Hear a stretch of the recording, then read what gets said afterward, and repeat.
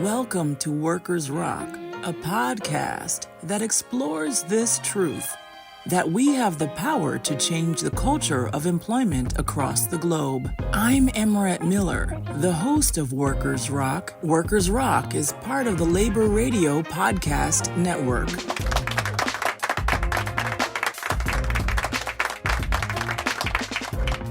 All right, we are here with a special guest, Harry Bronson, who is an assembly member. So Assembly Member Harry Bronson from upstate New York, AD 138. How are you, Harry? Thank you for coming on the show today.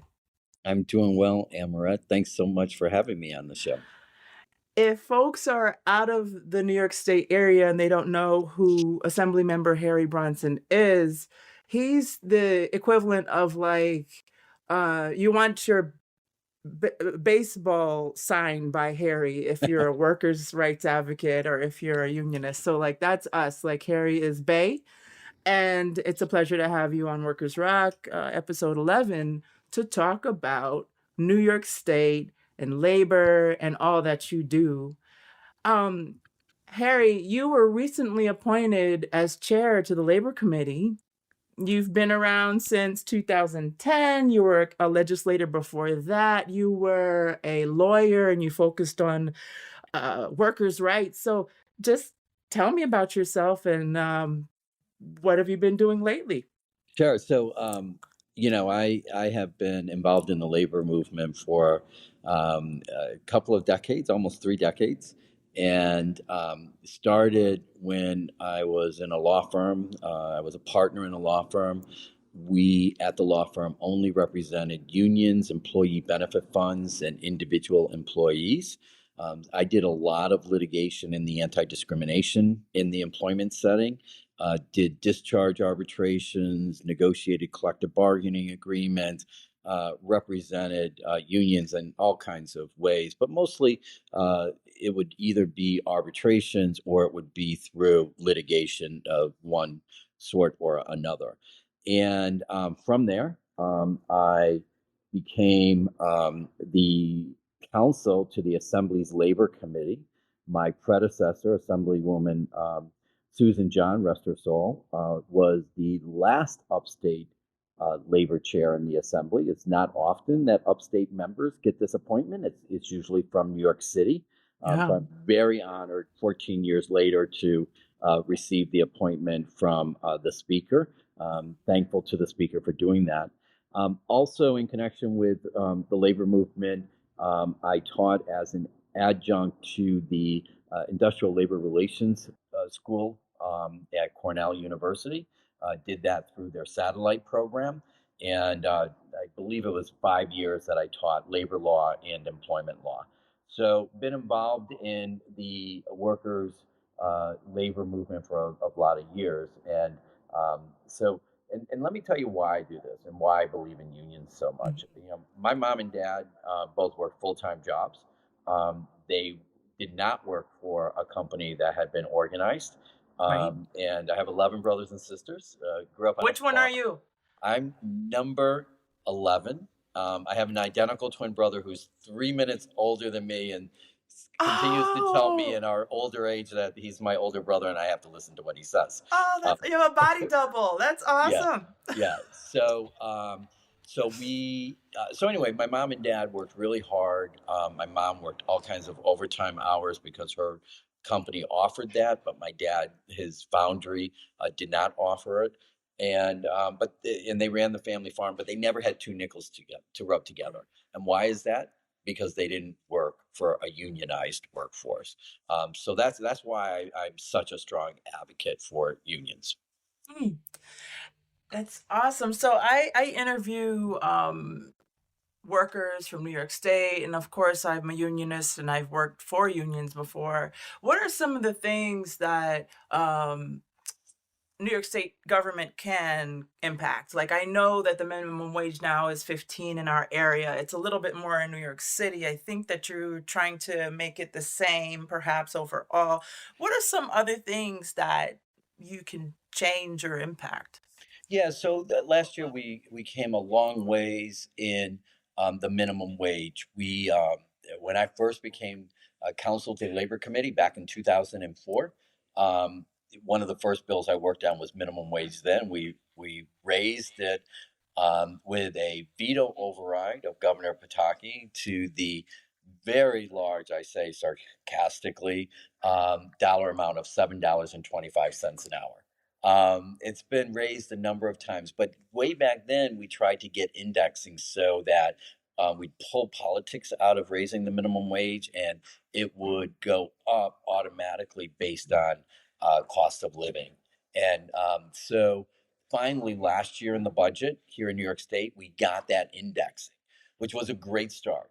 But there was also through negotiations and off ramps. So if our unemployment rate goes up to a certain amount, then the automatic cost of living adjustment would not kick in. So the minimum wage would stay the same. I don't think we should have negotiated that, but we did. But the good news is we got indexing. I also think that minimum wage should be universal across the state instead of having geographical differences because this is the bottom level. This is the lowest level. Right. So you can make adjustments for the cost of living and stuff like that, but that should be done above and beyond the minimum wage. So minimum wage it probably won't happen this year, but we'll revisit that. But I'm thankful we got indexing. I'm thankful that we're up to $15 an hour in upstate. Um, Other things we're going to be working on this year is the unemployment insurance. We have that. We haven't increased the weekly maximum since 2019. There is a scheduled increase, but because unemployment is a combination of a federal system and a state system. If the state owes money to the federal unemployment trust fund, then you cannot increase the benefit level. We had to borrow money from the federal trust because of COVID to cover the costs for our state unemployment benefits. So we've got to get that borrowing taken care of, and then we can increase the weekly amount. We're working on that. Where there's some proposals being negotiated in the budget. Also, we have the temporary disability. So if you're injured on the job, then workers' compensation covers your injury and your wage replacement. But if you're injured and temporarily disabled because of something that happens outside of the job, then our temporary disability insurance program kicks in. That hasn't been increased since I think it's 1986, and it's at the ridiculously low maximum weekly benefit of $170. That's ridiculous. So Yeah. a lot of negotiations going on, and I think we're going to get that done in this year's budget. So that's just a handful of benefit types things through labor that we're fighting for in the budget. Okay. So I know this year farm workers are able to start organizing. It's been forever since they could do this. They weren't able to do this before. So now, like, they can.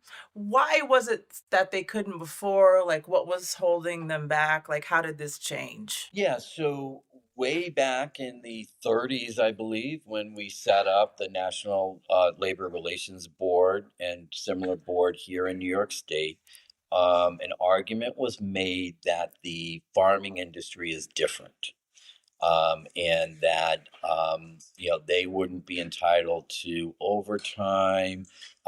Seasonal work wouldn't allow them to work a limited number of hours during the day and have a day of rest and all that kind of stuff. So back when I was on staff, I actually helped draft the Farm Workers' Rights Bill and took care of a day of rest after every 7 days or within each 7 day cycle that they could work, receive overtime, and that they would have the right to organize. Litigation pursued predominantly on the organizing aspect of it. It's still going through the courts. There was oral arguments, I think, in late February. So we'll see what the decision is in the courts. But we did pass a law allowing them to organize, but that's been halted because of litigation that's been going on. Okay. Question. So I know a couple of years ago, it seems that state CBAs, the contracts expire now 5 years. Like, is that something that is dictated by assembly, or is it the governor that sets the expiration date of contracts to 5 years? Because some unions have it at three, and then a lot now seem to be going for five. Yeah. Is there a reason, or it's Yeah, I just mean, collective bargaining agreements are negotiated between the public employee union. That would be PEF, the Public Employees Federation. It'd be AFSCME. It could be CSEA. There's a Council 66 in our area. There's a number of public employee unions. They negotiate the term of the contract. It Mm, ultimately comes to the state legislature, and we approve it. We typically approve whatever gets negotiated between the governor's office and the um, the state employee union. So at the state level, we approve them. The movement to 5 years is just a reality that you can get a better negotiated deal. It's in the interest of the state and things of that nature. So more and more are going to 5 years. The at the local level, so CSEA, like say the county employees, those contracts are approved by the county legislature. mm. And I think the city contracts in the city of Rochester for us, I think those are approved by the city council. I'm not 100% sure on the city, on the county. I am because I used to be a county legislator and we used to approve our contracts. So, Okay. Thank you. These are like things I wanted to know. I'm like, let me ask Carrie now. yeah. So, inflation is high, and increases are like 3%, sometimes 4%. Sometimes it's like $1 that we'll see added to someone's wage. Like people are, organizations are getting creative in the types of increases that they give. What are you seeing out there that's like coming down the pike in the way that workers are compensated relative to perhaps the inflation, and Mhm. just to keep pace with it? So you really raised an interesting issue that we're facing. We're in our economy right now is what's called a workers' shortage economy. It's happened a number of times through recent history, um, but it's where we don't have enough available workers to fill all the vacancies. And it really doesn't matter what industry you're talking about, nursing industry, healthcare in general. The police are looking for people, firefighters are looking for people, our nonprofit sector are looking for people, advanced manufacturing is looking for people, retail, whether it's food retail or just general retail, they're all looking for people. And so what's happening is we have employers who are being creative in ways to recruit and retain their workers. So they want to retain the folks they have, so they have to pay them a little bit more because there's lots of competition out there. And they want to be able to recruit and say, "Come work for me." So you're seeing sign-on bonuses being offered both at public employee and public sector as well as the private sector. You're seeing wages go up. So those are the kind of things. We're really in a moment of opportunity, though. You're also seeing folks like chambers of commerce and business associations start to say, you know what, we didn't used to look at people who had a criminal conviction record.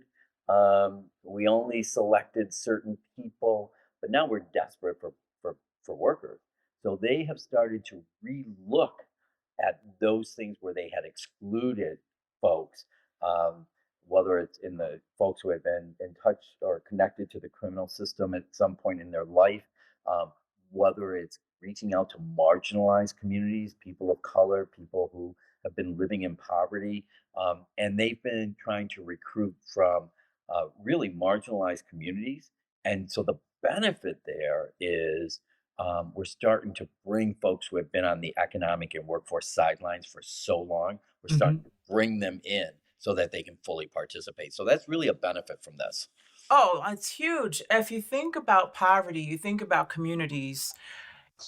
Even I know in my family, there are folks who have felonies. It's just almost a reality. Like, depending on how far you Hmm. go in your family tree, you're gonna find someone with a felony who has always had a hard time finding work. Hmm. Um, is it so for a nonviolent, for example, is it more of just like a practice?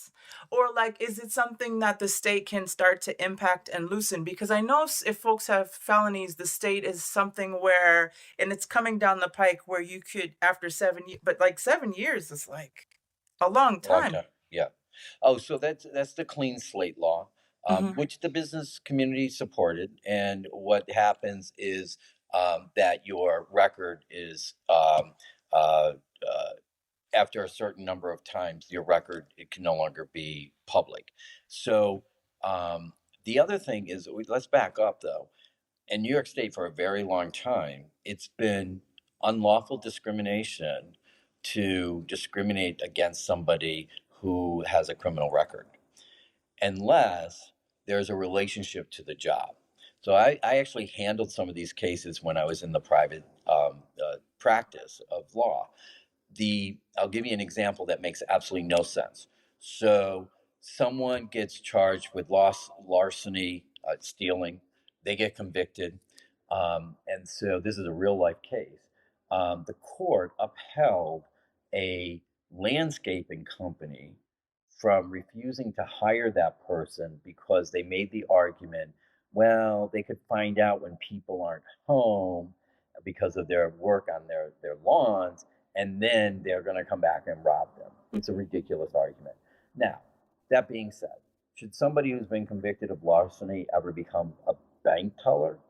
Probably shouldn't, right? Right, right. So that law has been on the books for many, many years, but the Mm. courts have interpreted it so loosely that basically any employer could say, you have a conviction record, we're not going to hire you.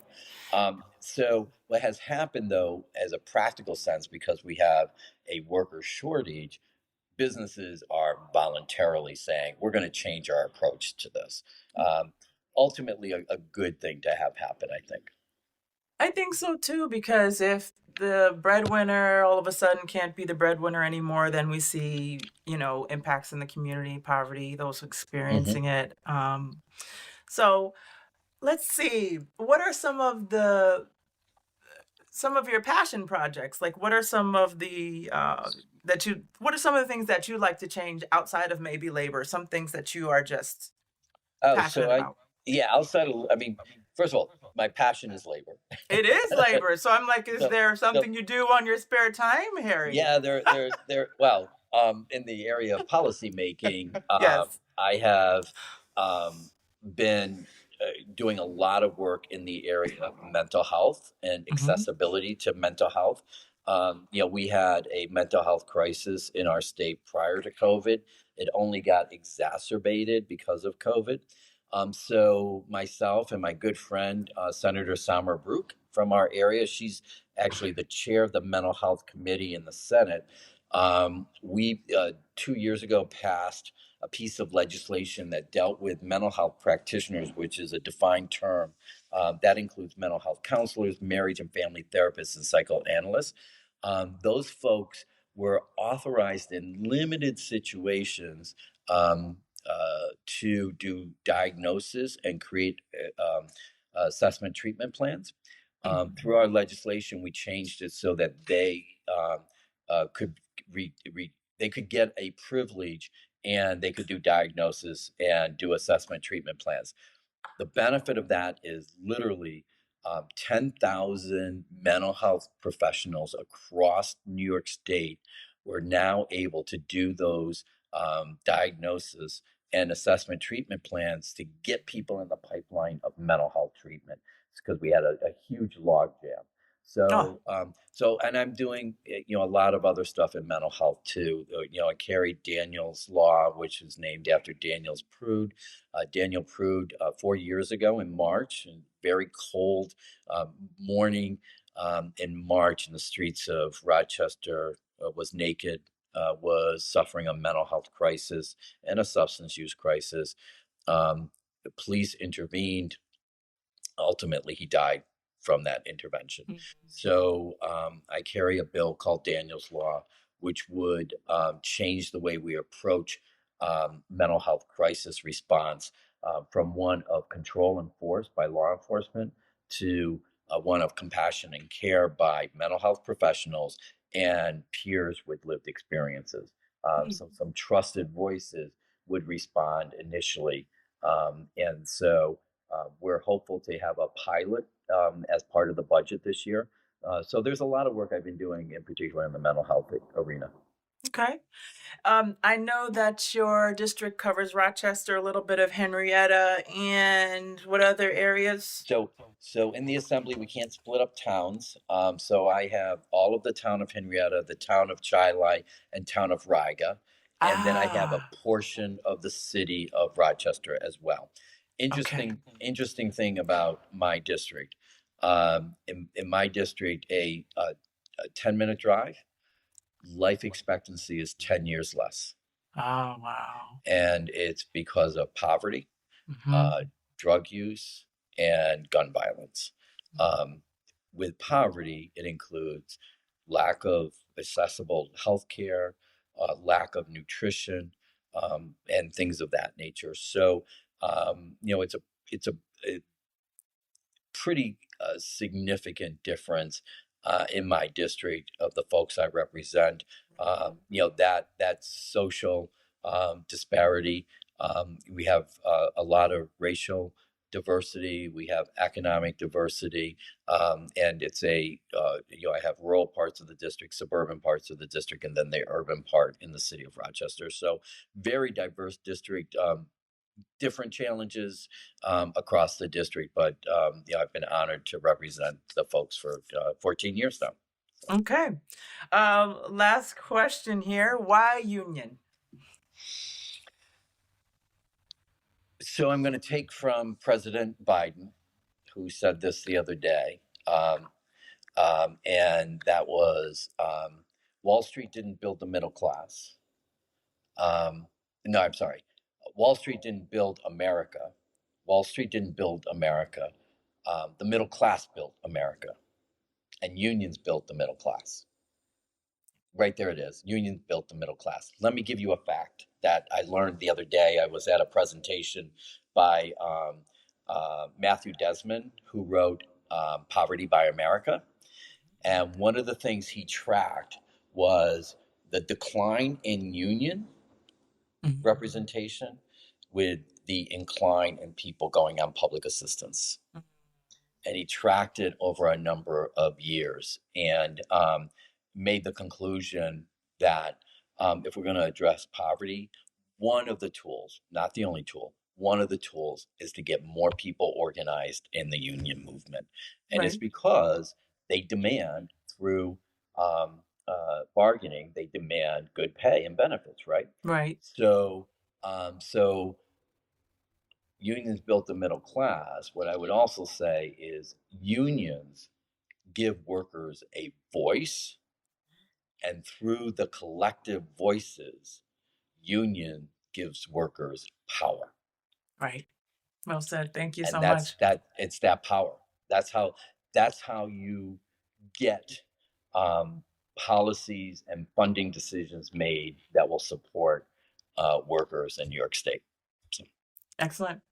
What can the listeners do? What can we do to just make our communities better? Like, what do you suggest that we do? Like, besides vote, we better go vote, everybody. yes, But is there something? be informed and be involved, informed Hmm. and involved.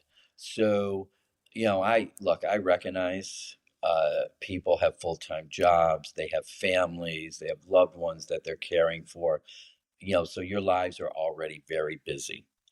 But if you can find some time to be informed about the issues of the day and what we're doing as legislators and in state government or otherwise, and then you can weigh in and let us know. It doesn't take a lot. A quick text message, a phone call, an email. You can communicate pretty quickly. But again, I recognize that people need to provide for themselves and their families. So you take care of that first. Hmm. But if you can find some time to get informed about the issues of the day and to weigh in and share with people like me, I can only do my job if I know what people need and want, and so that's really beneficial. Great. Where can we find you? Where can we? You can go to the New York State Assembly's page, and they have a list of all of the assembly members. Whether you look for me or look for somebody else, you can put in your address. It will tell you who your assembly member is, and then you click on that person's name, and it has all the contact information you want. You can find me on X, formerly Twitter. You can find me on Instagram. You can find me on Facebook, all under at Harry B. Bronson. I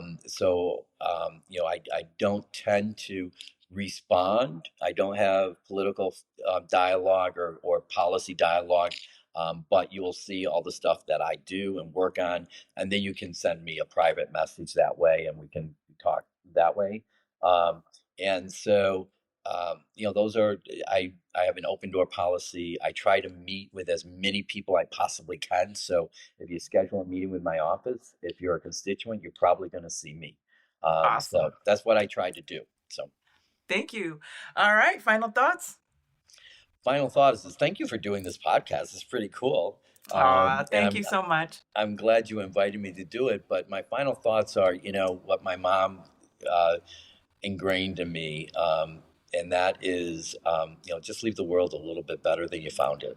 And that's what I'm trying to do. Thank you, Assemblymember Harry Bronson, AD 138 here in New York State. We are fans, everyone, so look him up. And thank you for joining Workers Rock today, Harry. Thanks, Amaret. I really enjoyed our time together. Oh, likewise. See you Bye bye. soon. Bye. That concludes this episode of Workers Rock. Thank you for listening.